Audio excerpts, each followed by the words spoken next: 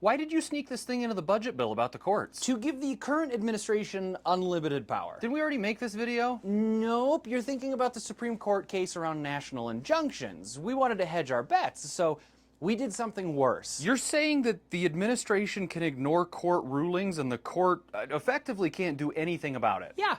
I'm clearly misunderstanding this because that's insane. No, I will happily explain it to you because it's very clever. Oh, I'm gonna hate this, aren't I? You know all those executive orders that the courts were saying were unconstitutional? Ending birthright citizenship, deporting people to prisons in El Salvador. If the administration were to ignore those rulings now, they'd be in contempt, and judges would have a series of things that they could do to try to get the administration to comply.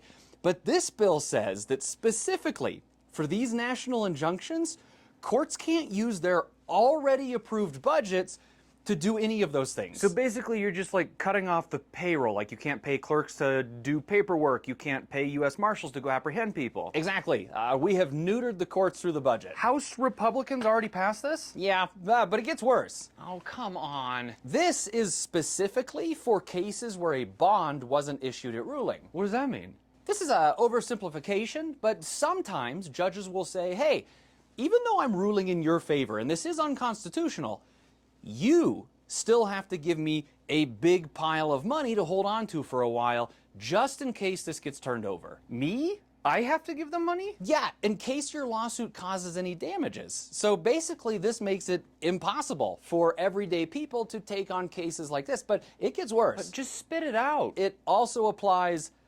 retroactively. So you're saying that all the cases that they lost already to federal judges and circuit courts, they can just ignore those? This applies to every case. The Muslim ban from the first term, the mifepristone protection from 2023, every federal case. Holy shit. So this is worse than the SCOTUS case in some ways. Yeah, and it gets less good. Just say all the bad things now. Do you understand how appeals work? Yeah, if you lose a case, you appeal it to a higher level court and you hope that they overturn the lower level court's ruling. And if national injunctions can't be enforced, the only way to get a national ruling against what we're doing is to get it to the Supreme Court. Shut the fuck up.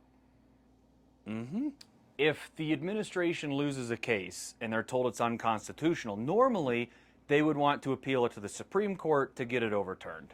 Yep. But now they don't want SCOTUS to hear it because they can just ignore the national injunction as long as SCOTUS doesn't issue a national ruling. I told you, it is genius. Do you have an erection? Oh, I'm surprised you can see it.